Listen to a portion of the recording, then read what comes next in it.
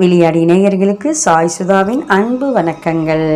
எனது அலமாரியில் எட்டி பார்க்கும் புத்தகம் வரிசையில் இன்று நாம் பார்க்க இருப்பது சனாகித் அவர்கள் எழுதிய புளிய மரத்து அடியிலே என்ற பேய் கதையை பற்றி தான். பேய் கதை ரொம்ப அழகான கதை, அருமையான கதை, அப்படியே த்ரில்லாக விறுவிறுப்பாக போகின்ற கதை. அதே சமயத்தில் இது வெப்சீரிஸாக பார்க்கணுங்கிற எனக்கு ரொம்ப ஆசையாக இருக்குது. கூடிய விரைவில் அது என்னுடைய ஆசை நிறைவேறலாம் அப்படின்னு நான் நினைக்கிறேன். ஏன்னா அவ்வளோ அருமையான கதைங்க. நீங்கள் வெப்சீரிஸாக எடுத்தால் அப்படி ஒவ்வொரு எபிசோடும் விறுவிறுப்பாக இருக்கும். கதையிலேயே அவ்வளோ விறுவிறுப்பு இருக்குது. அப்படியே காட்சிகளெல்லாம் நம்ம கண் முன்னாடி வருது. ஒவ்வொரு அத்தியாயத்திலையும் அப்படியே எப்படி பயணிக்கிறாங்க. ஒரு கதையில், ஒரு பேய் கதையில் நகைச்சுவையும் எடுத்துக்கொண்டு வந்து, காதலையும் எடுத்துக்கொண்டு வந்து, வன்புணர்வு, பெண்கள் வன்கொடுமைக்கு ஆளாகின்ற விஷயங்களும் கொண்டு வந்து, ஏறத்தாழ எத்தனை விஷயங்கள் அவங்க பேசியிருக்காங்க. இத்தனை விஷயத்திலேயே அப்படியே சமவிகித அளவில் கலந்து எதையும் ஒன்று டாமினேட் பண்ணாமல் ரொம்ப அருமையாக எடுத்துகிட்டு போயிருக்கிறாங்க. எவ்வளோ அழகாக இருக்குது. அப்படியே பேயெல்லாம் இல்லைப்பா அப்படின்னு சிரிக்க வச்சுக்கிட்டே இருக்கும்போது உடனே பேயை கொண்டு வந்து நிறுத்துகிறாங்க. அப்படியே நமக்கு கதை படிக்கும்போதே பயமாக இருக்குது. கீரா அப்படிங்கிற சொல்ல கேட்டாலே பயமாக இருக்குது. அதே மாதிரி பார்த்திங்கன்னா சயின்ஸு அது பயத்திக்கிட்டே இருக்கும் பொழுது இல்லை இதெல்லாம் சயின்ஸ் தான், பேயே இல்லை அப்படின்னு நம்மளையே அப்படியே உடனே நம்ப வைக்கிறாங்க. அப்படி ஒவ்வொரு அத்தியாயத்திலையும் இவங்க பேய் இருக்குது இல்லை, பேய் இருக்குது இல்லை அப்படின்னு சொல்லி நம்மளை வந்து யோசிக்க வச்சுக்கிட்டே இருக்கிறாங்க. அவங்க பேய் இருக்குதுன்னு சொன்னால் நம்ம இருக்குதுன்னு நம்புகிறோம், இல்லைன்னு சொன்னால் இல்லைன்னு நம்புகிறோம். நம்ம மைண்டு வேறு எதையுமே யோசிக்க மாட்டேங்குது. அந்த அளவு விறுவிறுப்பாக எடுத்துகிட்டு வந்திருக்கின்றாங்க. பாவை பூவை, அக்கா தங்கை, மிருத்யு சஹான் தோழர்கள்.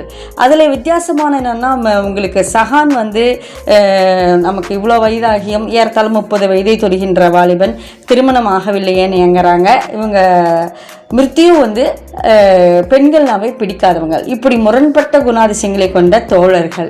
இவங்க ஏன் பூவை பாவையை சந்திக்கிறாங்க, அவங்களுடைய வாழ்க்கையில் என்ன நடந்தது அப்படின்னு விறுவிறுப்பாக தொடங்குது. அதுலேயும் முதல் அத்தியாயம் 1950களில் தொடங்குதுன்னு தொடங்குறாங்க. அப்படியே ஒரு சாபத்தால் பாதிக்கப்பட்ட குடும்பம் இப்படி வந்துக்கிட்டே இருக்குது. விறுவிறுப்பான கதை வருது. இதில் நகைச்சுவை கதாபாத்திரங்களாக பஞ்சு, இன்ஸ்பெக்டர் ஷியாமலன், அவங்களுடைய மனைவி கோமலா இப்படி வராங்க. இருந்தாலும் ஒவ்வொரு கதாபாத்திரத்தையும் அப்படியே செதுக்கி அவங்க எழுதியிருக்காங்கன்னு சொல்லலாம்.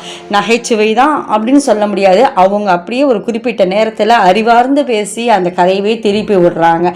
அதே மாதிரி உங்களுக்கு வந்து அந்த அறிவியல் பூர்வமாக கதை எடுத்துக்கொண்டு வரும் பொழுது அப்படியே அறிவியல் ஆதாரங்களுடன் ஏதோ ஒன்று அப்படி குருட்டாம்போக்கில் சொல்கிற மாதிரி இல்லாமல் ஆதாரபூர்வமாக அழகாக எடுத்துகிட்டு வந்து முடிச்சிருக்கிறாங்க. அதையும் கிளைமேக்ஸில் என்ன சொல்கிறது, அதை படித்து தான் நீங்கள் புரிஞ்சுக்கணும். நான் கிளைமேக்ஸ் என்னன்னு நான் சொல்ல மாட்டேன். ரொம்ப அழகான கதை. ஒரு பேய் கதையை இப்படி அது கதையில், ஏன்னா நீங்கள் பிக்சராக பார்க்கும்போது வேறு விஷயம், கதையில் வந்து நம்ம படிக்கும்போது அந்த காட்சிகளை, அந்த புளிய மரம் நம் கண் முன்னாடியே வருகின்றது. அந்த நிற்கிது அந்த பேயெல்லாம். அதே ஒவ்வொரு கொலையும் நடக்கும் பொழுதும் அந்த கொலை ஒரு மனிதனால் கொலை செய்யப்படுற மாதிரியான சாத்தியமே இல்லாத வகையில் அவங்க கொல்லப்படுறாங்க, சாகிறாங்க. அதே அவங்க பேய் இல்லை அப்படின்னு 2 விதமாக பேசிகிட்டே வந்து கடைசியில் அது என்னன்னு சொல்லி முடிக்கிறாங்க. முடிந்த பிறகு ஒரு ட்விஸ்ட் வைக்கிறாங்க. சனாகித் எப்படிமா நீங்கள் இதை யோசிக்கிறீங்க? அதுவும் ஒரே நேரத்தில் நீங்கள் 4 கதையில எழுதுறீங்க, ஒவ்வொன்றும் ஒவ்வொரு தளத்தில் பயணிக்கிறீங்க. ரொம்ப அருமையான கதையாக இருக்கின்றது. அவசியம் வாசியுங்கள். புளிய மரத்து அடியிலே. அதிலும் குறிப்பாக அந்த ராதை மனதில் என்ன ரகசியமோ அப்படின்னு ஒரு பாட்டு வந்துச்சு பார்த்தீங்களா? அந்த பாட்டை எடுத்துகிட்டு வந்து அதை பேய் பாடலாக மாற்றினாங்க பாருங்கள். ஐயோ, இனிமேட்டு அந்த பாட்டை பார்த்தாவே நமக்கு வந்து அந்த பேய் ஞாபகம் அப்படி தான் வரும். நகைச்சுவை அந்த பாடலை பற்றி அவங்க எழுதி அந்த காட்சிப்படுத்தும் பொழுது அந்த காட்சி நம்ம கண் முன்னாடி விரிந்து நமக்கு அப்படியே வயிறு குலுங்க, அந்த வயிறு குலுங்க இல்லை, வயிறு வலிக்க சிரிக்க வேண்டியதாக இருக்குது. அப்படி அதுவும் அந்த கீரா கண் முன்னாடி நிற்கிறா அந்த தோற்றம்லாம் அவங்க விவரிக்கும் பொழுது அப்படியே நம்ம அதுவும் இரவு நேரத்தில் இந்த கதை ஓப்பன் ஆகும், நம்ம படிக்கும் பொழுது நமக்கு அப்படியே பயமாக இருக்குது. அதே சமயத்தில் இதை காட்சியாக பார்க்கணுங்கிற ஆசை அதிகமாக இருக்குது. அதனால் இதை வெப்சீரிஸாக பார்க்கணுன்னு நான் ரொம்ப ஆசைப்பட்றேன்.